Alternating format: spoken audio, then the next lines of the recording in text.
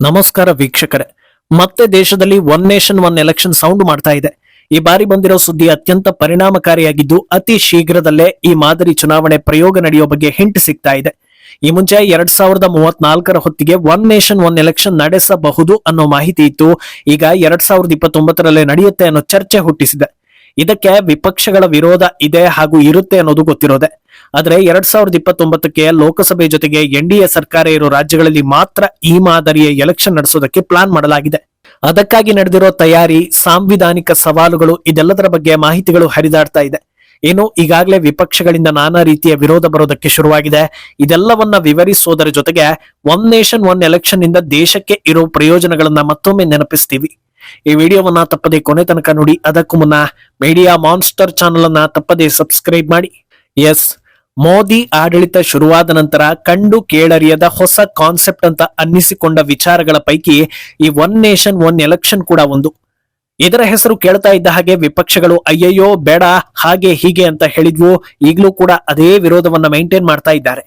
ವಿರೋಧಿಸೋದು ತಪ್ಪಲ್ಲ, ಆದ್ರೆ ಸಂಪೂರ್ಣ ಚರ್ಚೆ ಮಾಡಿ ಸಮಸ್ಯೆಗಳನ್ನ ಬಿಚ್ಚಿಟ್ಟು ಸಂಶಯಗಳನ್ನ ತೆರೆದಿಟ್ಟು ಕೇಂದ್ರದ ಕಡೆಯಿಂದ ಸಮಂಜಸ ಉತ್ತರ ಬಾರದೇ ಇದ್ದಾಗ ವಿರೋಧಿಸಿದ್ರೆ ಜನರು ಕೂಡ ಅದನ್ನು ಒಪ್ಪೋ ಸಾಧ್ಯತೆ ಇರುತ್ತೆ. ಆದರೆ ರಾಹುಲ್ ನೇತೃತ್ವದಲ್ಲಿ ವಿರೋಧ ಪಕ್ಷದ ಅರ್ಥವೇ ಅನರ್ಥವಾಗಿರೋದ್ರಿಂದ ಇವರ ಪಾಡಿಗೆ ಇವರು ವಿರೋಧಿಸ್ತಾ ಇರಲಿ, ನಮ್ಮ ಪಾಡಿಗೆ ನಾವು ಮುಂದುವರಿತೀವಿ ಅನ್ನೋದು ಸಹಜವಾಗ್ತಾ ಇದೆ. ಈಗ ಜಾಯಿಂಟ್ ಪಾರ್ಲಿಮೆಂಟರಿ ಕಮಿಟಿಯಲ್ಲಿರೋ ಒನ್ ನೇಷನ್ ಒನ್ ಮಸೂದೆ ಬಗ್ಗೆ ಹಲವು ಆಯಾಮದಲ್ಲಿ ಚರ್ಚೆ ನಡೀತಾ ಇದ್ದು 2029ರಿಂದಲೇ ಆರಂಭಿಸುವ ಸುದ್ದಿಗಳು ಕೂಡ ಬರ್ತಾ ಇದೆ. ಯಾವುದೇ ಒಂದು ಕಾಯ್ದೆ ಅಥವಾ ದೂರದೃಷ್ಟಿ ಇಟ್ಕೊಂಡು ತೆಗೆದುಕೊಳ್ಳೋ ನಿರ್ಧಾರದ ಫಲ ಸಿಗಬೇಕು ಅಂದ್ರೆ ಅದಕ್ಕೆ ಆದ ಒಂದು ಸಮಯ ಮಿತಿ ಇರುತ್ತೆ. 2024ರ ಲೋಕಸಭಾ ಎಲೆಕ್ಷನ್ ಬಳಿಕ ಎನ್ಡಿಎ ಸರ್ಕಾರ ತೆಗೆದುಕೊಳ್ತಾ ಇರೋ ಬಹುತೇಕ ನಿರ್ಧಾರಗಳು 2047ರ ವಿಕಸಿತ ಭಾರತವನ್ನ ಗಮನದಲ್ಲಿ ಇಟ್ಕೊಂಡು ಅನ್ನೋದು ಗೊತ್ತಿರೋದೆ.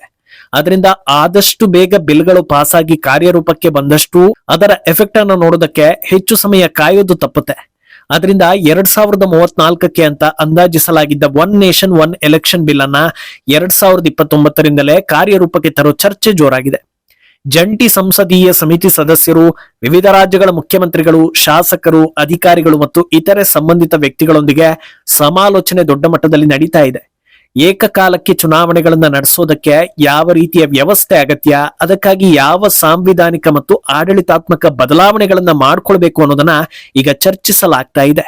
ಎಲ್ಲವೂ ಓಕೆ ಆಯ್ತು ಅಂದ್ರೆ 2029ಕ್ಕೆ ಎನ್ಡಿಎ ಆಡಳಿತ ಇರೋ 22 ರಾಜ್ಯಗಳು ಹಾಗೂ ಕೇಂದ್ರಾಡಳಿತ ಪ್ರದೇಶದಲ್ಲಿ ಏಕಕಾಲಕ್ಕೆ ಎಲೆಕ್ಷನ್ ನಡೆಯುತ್ತೆ. ಈ ಪೈಕಿ ಆಂಧ್ರ ಪ್ರದೇಶ, ಅರುಣಾಚಲ ಪ್ರದೇಶ, ಸಿಕ್ಕಿಂ ಮತ್ತು ಒಡಿಶಾ ಚುನಾವಣೆಗಳು ಲೋಕಸಭೆ ಜೊತೆಗೆ ಬರ್ತಾ ಇರೋದ್ರಿಂದ ಅಲ್ಲಿ ಯಾವುದೇ ರೀತಿಯ ವ್ಯತ್ಯಾಸ ಆಗುದಿಲ್ಲ. ಆದ್ರೆ ಸುಮಾರು 11 ರಾಜ್ಯಗಳಲ್ಲಿ ಅವಧಿಗೂ ಮುನ್ನವೇ ಚುನಾವಣೆಗಳನ್ನ ನಡೆಸುವ ಅಗತ್ಯತೆ ಬರುತ್ತೆ. ಗೋವಾ, ಗುಜರಾತ್, ಮಣಿಪುರ, ಉತ್ತರ ಪ್ರದೇಶ ಮತ್ತು ಉತ್ತರಾಖಂಡ ರಾಜ್ಯಗಳ ವಿಧಾನಸಭಾ ಅವಧಿಯನ್ನ ಸುಮಾರು 3 ವರ್ಷಗಳಷ್ಟು ಕಡಿಮೆ ಮಾಡಬೇಕಾಗುತ್ತೆ. ಹಾಗೂ ಛತ್ತೀಸ್ಗಢ, ಮಧ್ಯಪ್ರದೇಶ, ಮೇಘಾಲಯ, ನಾಗಾಲ್ಯಾಂಡ್, ರಾಜಸ್ಥಾನ ಮತ್ತು ತ್ರಿಪುರಾ ರಾಜ್ಯಗಳ ಅವಧಿಯನ್ನ ಸುಮಾರು 4 ವರ್ಷಗಳಷ್ಟು ಕಡಿಮೆ ಮಾಡುವ ಪರಿಸ್ಥಿತಿ ಎದುರಾಗುತ್ತೆ. ಇದಕ್ಕಾಗಿ ವಿಧಾನಸಭೆಯನ್ನ ವಿಸರ್ಜಿಸುವ ಪ್ರಕ್ರಿಯೆ ಅನಿವಾರ್ಯ ಆಗಿರುತ್ತೆ. ಭಾರತೀಯ ಸಂವಿಧಾನದ ಆರ್ಟಿಕಲ್ 174(2)(ಬಿ) ರಾಜ್ಯ ವಿಧಾನಸಭೆಯನ್ನ ವಿಸರ್ಜಿಸುವ ಅಧಿಕಾರವನ್ನ ರಾಜ್ಯಪಾಲರಿಗೆ ನೀಡುತ್ತೆ. ಸಾಮಾನ್ಯವಾಗಿ ಈ ಅಧಿಕಾರವನ್ನ ಮುಖ್ಯಮಂತ್ರಿ ನೇತೃತ್ವದ ಸಚಿವ ಸಂಪುಟದ ಸಲಹೆಯ ಮೇರೆಗೆ ಬಳಸಲಾಗುತ್ತೆ. ವಿಧಾನಸಭೆ ವಿಸರ್ಜನೆಯಾದ ನಂತರ ಚುನಾವಣಾ ಕಾನೂನಿನಲ್ಲಿ ನಿಗದಿಪಡಿಸಿರುವ ಅವಧಿಯ ಒಳಗೆ ಚುನಾವಣೆಯನ್ನ ನಡೆಸಬೇಕಾಗುತ್ತೆ. ಇನ್ನು ಎನ್ಡಿಎ ಕೈಗೊಂಡ ನಿರ್ಧಾರ ಆಗಿರೋದ್ರಿಂದ ಸಹಜವಾಗಿ ಎನ್ಡಿಎ ಸಿಎಂಗಳೆಲ್ಲ ಬೆಂಬಲವನ್ನ ಕೊಟ್ಟೇ ಕೊಡ್ತಾರೆ. ಈಗಾಗಲೇ ಪ್ರತಿಕ್ರಿಯೆ ನೀಡಿರೋ ದೆಹಲಿ ಮುಖ್ಯಮಂತ್ರಿ ರೇಖಾ ಗುಪ್ತಾ ಅವರು ಸಮಿತಿಯೊಂದಿಗೆ ನಡೆದ ಸಭೆಯಲ್ಲಿ ರಾಷ್ಟ್ರೀಯ ಹಿತದೃಷ್ಟಿಯಿಂದ ಅಗತ್ಯವಿದ್ರೆ ದೆಹಲಿ ವಿಧಾನಸಭೆಯ ಅವಧಿಯಲ್ಲಿ ಬದಲಾವಣೆ ಮಾಡೋದಕ್ಕೆ ಸಿದ್ಧರಿರೋದಾಗಿ ಹೇಳಿದ್ದಾರೆ. ಗೋವಾ, ಉತ್ತರಾಖಂಡ, ಹರಿಯಾಣ ಮುಖ್ಯಮಂತ್ರಿಗಳು ಸಂಸದೀಯ ಸಮಿತಿಯೊಂದಿಗಿನ ಚರ್ಚೆಗಳಲ್ಲಿ ಚುನಾವಣಾ ವೇಳಾಪಟ್ಟಿಯನ್ನ ಒಂದೇ ಸಮಯಕ್ಕೆ ಹೊಂದಾಣಿಕೆ ಮಾಡೋದಕ್ಕೆ ಬೆಂಬಲ ವ್ಯಕ್ತಪಡಿಸಿದ್ದಾರೆ. ಇನ್ನು ಎನ್ಡಿಎ ಮಿತ್ರಕೂಟದಲ್ಲಿರೋ ಪಕ್ಷಗಳ ಕಡೆಯಿಂದ ಇನ್ನೂ ಅಧಿಕೃತ ಹೇಳಿಕೆ ಬಂದಿಲ್ಲ. ಅವರು ಕೂಡ ಅಳೆದು ತೂಗಿ ನಿರ್ಧಾರವನ್ನ ಕೈಗೊಳ್ಳುವ ಸಾಧ್ಯತೆ ಇದೆ. ಬಹುತೇಕರು ಜೈ ಅನ್ನಲೂಬಹುದು.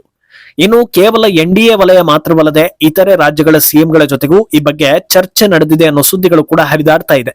ಒಬ್ಬರು ಬೆಂಬಲ ಕೊಟ್ಟ ಮೇಲೆ ಇನ್ನೊಬ್ಬರ ವಿರೋಧ ಇದ್ದೇ ಇರುತ್ತೆ ಅನ್ನೋ ಹಾಗೆ ವಿಪಕ್ಷ ನಾಯಕರೆಲ್ಲ ತೆಗೆದ ಬಾಯಿಗೆ ಇದನ್ನ ವಿರೋಧ ಮಾಡಿದ್ದಾರೆ. ಈ ಬಗ್ಗೆ ಪ್ರತಿಕ್ರಿಯಿಸೋ ಮಾಜಿ ಹೋಮ್ ಮಿನಿಸ್ಟರ್ ಚಿದಂಬರಂ ಇದು ಅಸಂವಿಧಾನಿಕ, ಭಯಾನಕ, ಮೈಂಡ್ಲೆಸ್ ಅಂತೆಲ್ಲ ಹೇಳಿದ್ದಾರೆ. ಸಂವಿಧಾನದ ಆಶಯಗಳು ಉಲ್ಲಂಘನೆ ಆಗುತ್ತೆ ಅನ್ನೋದನ್ನ ಹೈಲೈಟ್ ಮಾಡಿದ್ದಾರೆ. ರಾಷ್ಟ್ರೀಯ ವಕ್ತಾರ ಜೈರಾಮ್ ರಮೇಶ್ ಕೂಡ ಇದನ್ನೇ ಪುನರುಚ್ಚರಿಸಿದ್ದು ಕಾಂಗ್ರೆಸ್ ಇದನ್ನ ಶಾಶ್ವತವಾಗಿ ವಿರೋಧಿಸುತ್ತೆ ಅಂತ ಹೇಳಿದ್ದಾರೆ. ಟಿಎಂಸಿ ನಾಯಕಿ ಸಾಗರಿಕಾ ಘೋಷ್ ಸೇರಿದಂತೆ ವಿಪಕ್ಷಗಳ ಹಲವು ನಾಯಕರು ಇದನ್ನ ವಿರೋಧಿಸಿದ್ದಾರೆ. ಪಂಜಾಬ್, ಹಿಮಾಚಲ ಪ್ರದೇಶ, ಕರ್ನಾಟಕ, ಮಿಜೋರಾಂ ಮತ್ತು ತೆಲಂಗಾಣ ಸೇರಿದಂತೆ ವಿರೋಧ ಪಕ್ಷಗಳ ಆಡಳಿತದಲ್ಲಿರುವ ರಾಜ್ಯಗಳಲ್ಲೂ 2029ರ ಲೋಕಸಭಾ ಚುನಾವಣೆಗೆ ಮುನ್ನವೇ ವಿಧಾನಸಭಾ ಚುನಾವಣೆಗಳು ನಡೆಯಬೇಕಿದೆ. ಎನ್ಡಿಎ ಆಡಳಿತದ ರಾಜ್ಯಗಳಂತೆ ಈ ರಾಜ್ಯಗಳ ಸರ್ಕಾರಗಳು ತಮ್ಮ ವಿಧಾನಸಭಾ ಅವಧಿಯನ್ನ ಸ್ವಯಂ ಪ್ರೇರಿತರಾಗಿ ಕಡಿಮೆ ಮಾಡಿ ಇದಕ್ಕೆ ಸಹಕರಿಸೋ ಯಾವ ಲಕ್ಷಣಗಳು ಕಾಣಿಸ್ತಾ ಇಲ್ಲ. ಆದ್ರೆ ಅಷ್ಟರಲ್ಲಾಗ್ಲೇ ಸರ್ಕಾರ ಬದಲಾಯಿತು, ಎನ್ಡಿಎ ಕೈಗೆ ಅಧಿಕಾರ ಸಿಕ್ತು ಅಂದ್ರೆ ಸಾಧ್ಯತೆ ಇದೆ. ಈಗ ಯಾರು ಬೆಂಬಲ ಕೊಡ್ಲಿ ಅಥವಾ ಬಿಡ್ಲಿ, ಅಂತಿಮವಾಗಿ ಇದು ಜನರ ಮೇಲೆ ಹಾಗೂ ದೇಶದ ಮೇಲೆ ಹೇಗೆ ಪರಿಣಾಮ ಬೀರುತ್ತೆ, ಜನರಿಗೆ ಇದರಿಂದ ಲಾಭ ಏನು ಅನ್ನೋದು ಪ್ರಮುಖ ವಿಚಾರ. ಅದರ ಕಡೆಗೆ ನೋಡ್ತಾ ಹೋದ್ರೆ ಮೊದಲನೆಯದಾಗಿ ಅನಾವಶ್ಯಕ ಖರ್ಚುಗಳಿಗೆ ಬ್ರೇಕ್ ಬೀಳುತ್ತೆ. ಒಂದು ರಾಜ್ಯದ ಎಲೆಕ್ಷನ್ ಅಥವಾ ಬೈ ಎಲೆಕ್ಷನ್ ಅಂದ್ರೂ ಅದನ್ನ ವ್ಯವಸ್ಥಿತವಾಗಿ ನಡೆಸೋದಕ್ಕೆ ತಗೊಳ್ಳೋ ಖರ್ಚುಗಳು ಒಂದು ಕಡೆ ಆದ್ರೆ ಬೇರೆ ಬೇರೆ ರೀತಿಯ ಖರ್ಚುಗಳು ಕೂಡ ನಡೆಯುತ್ತೆ. ವರ್ಷಕ್ಕೆ 3-4 ರಾಜ್ಯಗಳಲ್ಲಿ ಚುನಾವಣೆ ನಡೀತಾನೆ ಇರುತ್ತೆ ಅಂದ್ರೆ 5 ವರ್ಷದಲ್ಲಿ ಈ ಎಲೆಕ್ಷನ್ಗಳ ಖರ್ಚು 1000 ಕೋಟಿ ಲೆಕ್ಕ ತಲುಪುತ್ತೆ. ಏಕಕಾಲಕ್ಕೆ ನಡೆಯೋದ್ರಿಂದ ದೊಡ್ಡ ಮಟ್ಟದಲ್ಲಿ ಸೇವಿಂಗ್ ಸಾಧ್ಯ. ಅಂದಹಾಗೆ ಈ ಪೋಲಾಗೋ ಹಣವೆಲ್ಲ ಜನರ ತೆರಿಗೆಯದ್ದೇ ಅನ್ನೋದನ್ನ ಒಪ್ಪಲೇಬೇಕು. ಇನ್ನು ಪದೇ ಪದೇ ಬರುವ ಚುನಾವಣೆಗಳ ಕರ್ತವ್ಯ, ಮತದಾರರ ಪಟ್ಟಿ ಸಿದ್ಧತೆ ಮತ್ತು ತರಬೇತಿಗಾಗಿ ಶಿಕ್ಷಕರನ್ನ ಬಳಸ್ಕೊಳ್ಳೋದ್ರಿಂದ ಶಾಲಾ ಕಾಲೇಜುಗಳ ಶೈಕ್ಷಣಿಕ ಚಟುವಟಿಕೆಗಳಿಗೂ ಕೂಡ ಅಡ್ಡಿ ಆಗ್ತಾ ಇತ್ತು. ಏಕಕಾಲಕ್ಕೆ ಚುನಾವಣೆ ನಡೆದ್ರೆ ಈ ಸಮಸ್ಯೆಗೂ ಕೂಡ ಮುಕ್ತಿ ಸಿಗುತ್ತೆ, ಶಿಕ್ಷಣದ ಗುಣಮಟ್ಟ ಸುಧಾರಿಸುತ್ತೆ. ಇದು ಮಾತ್ರವಲ್ಲದೆ ಅತ್ಯಂತ ಪ್ರಮುಖವಾಗಿ ಅಭಿವೃದ್ಧಿ ಕಾರ್ಯಗಳ ವೇಗ ಜಾಸ್ತಿ ಆಗುತ್ತೆ. ದೇಶದಲ್ಲಿ ಸದಾ ಎಲ್ಲಾದ್ರೂ ಒಂದು ಕಡೆ ಚುನಾವಣೆ ನಡೀತಾನೆ ಇರೋದ್ರಿಂದ ನೀತಿ ಸಂಹಿತೆ ಜಾರಿಯಾಗಿ ಅಭಿವೃದ್ಧಿ ಕೆಲಸಗಳು ಸ್ಥಗಿತಗೊಳ್ತಾ ಇರುತ್ತೆ. ಹೊಸ ವ್ಯವಸ್ಥೆಯಿಂದ ನೀತಿ ಸಂಹಿತೆಯ ಅಡ್ಡಿ ತಪ್ಪೋದ್ರಿಂದ ಅಭಿವೃದ್ಧಿ ಕಾರ್ಯಗಳು ನಿರಂತರವಾಗಿ ಸಾಗಲಿವೆ. ಅಲ್ಲದೆ ದೂರದೃಷ್ಟಿ ಇಟ್ಕೊಂಡು ನಿರ್ಧಾರಗಳನ್ನ ತೆಗೆದುಕೊಳ್ಳೋದಕ್ಕೆ ಸಹಕಾರಿಯಾಗುತ್ತೆ. ಇನ್ನು ಜನರಿಗೆ ಪದೇ ಪದೇ ವೋಟ್ ಹಾಕುವ ಸಮಸ್ಯೆಯನ್ನ ತಪ್ಪಿಸುತ್ತೆ. ಮೊದಲೇ ಜನರು ಸೋಷಿಯಲ್ ಮೀಡಿಯಾದಲ್ಲಿ ಅಬ್ಬರಿಸಿ ವೋಟಿಂಗಿನ ಬೆಚ್ಚಗೆ ಹೊದ್ದು ಮಲಗಿ ಮತ್ತೆ ಜೀವನ ಪರ್ಯಂತ ಸರ್ಕಾರವನ್ನ ಬೈತಾ ಕೂರ್ತಾರೆ. ತಮ್ಮ ಹಕ್ಕನ್ನ ತಾವು ಚಲಾಯಿಸೋದಕ್ಕೆ ಸುಲಭ ಮಾರ್ಗಗಳನ್ನ ಸರ್ಕಾರ ಮಾಡಿಕೊಡ್ತಾ ಇದೆ. ಇದಾದ ಬಳಿಕವೂ ವೋಟ್ ಹಾಕೋದಕ್ಕೆ ಸೋಮಾರಿತನ ಪ್ರದರ್ಶಿಸೋ ಕೆಲಸ ಆದ್ರೆ ನಂತರದಲ್ಲಿ ಅಂತವರ ಮೇಲೆ ಕಟ್ಟುನಿಟ್ಟಿನ ಕ್ರಮ ಕೈಗೊಳ್ಳೋದಕ್ಕೂ ಇದು ಸಹಕಾರಿಯಾಗುತ್ತೆ. ಜನರಿಗೆ ಇದರ ಲಾಭ ಇದೆ ಅಂದ ತಕ್ಷಣ ವಿಪಕ್ಷಗಳು ಒಪ್ಪಿ ಬಿಡುತ್ತವೆ ಅನ್ನೋದು ಭ್ರಮೆಯ ಮಾತು. ಆದ್ರೆ ಯಾವ ಕಾರಣಕ್ಕೆ ಈ ಮಟ್ಟದಲ್ಲಿ ವಿರೋಧಿಸ್ತಾ ಇರ್ಬೋದು ಅಂತ ನೋಡ್ತಾ ಹೋದ್ರೆ ಇಲ್ಲಿ ಸೋಲುವ ಭೀತಿ ಜಾಸ್ತಿ. ಹೇಗೆ ಅಂದ್ರೆ ಬೇರೆ ಬೇರೆ ಸಂದರ್ಭಗಳಲ್ಲಿ ಎಲೆಕ್ಷನ್ ನಡೆಯುವಾಗ ಜನರು ದೇಶಕ್ಕೊಂದು ಹಾಗೂ ರಾಜ್ಯಕ್ಕೊಂದು ಅಂತ ನಿರ್ಧಾರವನ್ನ ಕೈಗೊಳ್ಳೋದು ಸಹಜ. ಹಲವು ರಾಜ್ಯಗಳಲ್ಲಿ ಇದನ್ನ ನೋಡಿದ್ದೀವಿ. ಆದ್ರೆ ಒಂದೇ ಸಲ ಎರಡೂ ಎಲೆಕ್ಷನ್ ಅಂದಾಗ ಬಹುತೇಕರು ಒಂದೇ ರೀತಿಯ ನಿರ್ಧಾರಗಳನ್ನ ಕೈಗೊಳ್ತಾರೆ. ಹಾಗಾದ್ರೆ ಇದು ಬಿಜೆಪಿಗೆ ಲಾಭನ ಅಂತ ಕೇಳಿದ್ರೆ ಶಾಶ್ವತವಾಗಿ ಅಲ್ಲ ಅಂತ ಹೇಳ್ಬೋದು. ಯಾಕಂದ್ರೆ ಅಪ್ಪಿತಪ್ಪಿ ಮುಂದೊಂದು ದಿನ ರಾಹುಲ್ ಗಾಂಧಿ ಮೋದಿಯನ್ನೂ ಮೀರಿಸಿದ ಪಾಪ್ಯುಲಾರಿಟಿ, ಜನಮೆಚ್ಚುಗೆ, ಅಪಾರ ಬೆಂಬಲವನ್ನ ಗಳಿಸಿದ್ರೆ ಆಗ ರಾಜ್ಯಗಳು ಹಾಗೂ ಕೇಂದ್ರದಲ್ಲಿ ಅವರದೇ ದೊಡ್ಡ ಪ್ರಭಾವ ಇರುತ್ತೆ. ಆಗ ಅವರಿಗೆ ಇದು ವರ್ಕೌಟ್ ಆಗುತ್ತೆ. ಸದ್ಯ ಯಾವ ಟ್ರೆಂಡ್ ಇದೆ ಅನ್ನೋದು ನಿಮಗೆ ಗೊತ್ತಿರೋದ್ರಿಂದ ಆ ಹಂತಕ್ಕೆ ಹೋಗುವವರೆಗೂ ಬಿಜೆಪಿ ಅಥವಾ ಎನ್ಡಿಎಗೆ ಇದು ವರ್ಕ್ ಆಗೋ ಸಾಧ್ಯತೆ ಜಾಸ್ತಿ. ಒಟ್ಟಲ್ಲಿ ವಿವಿಧ ರೀತಿಯ ಉದ್ದೇಶ ಹಾಗೂ ಗುರಿ ಇದ್ರೂ ಜನಸಾಮಾನ್ಯರು ಕೇಳೋದು ಕೆಲವು ವಿಚಾರಗಳನ್ನ. ಅದು ಇಂಥ ನಿರ್ಧಾರದಿಂದ ಜನರಿಗೆ ಸಮಸ್ಯೆ ಆಗ್ಬಾರದು, ಜನಜೀವನ ಹಾಗೂ ಸಮಾಜಕ್ಕೆ ಸಹಕಾರಿಯಾಗಿರ್ಬೇಕು, ದೇಶಕ್ಕೆ ಇದರಿಂದ ಒಳಿತಾಗ್ಬೇಕು ಅನ್ನೋದು. ಇದಿಷ್ಟು ಆಯ್ತು ಅಂದ್ರೆ ಜನರ ಕಡೆಯಿಂದ ಯಾವುದೇ ವಿರೋಧ ಬರೋದಿಲ್ಲ.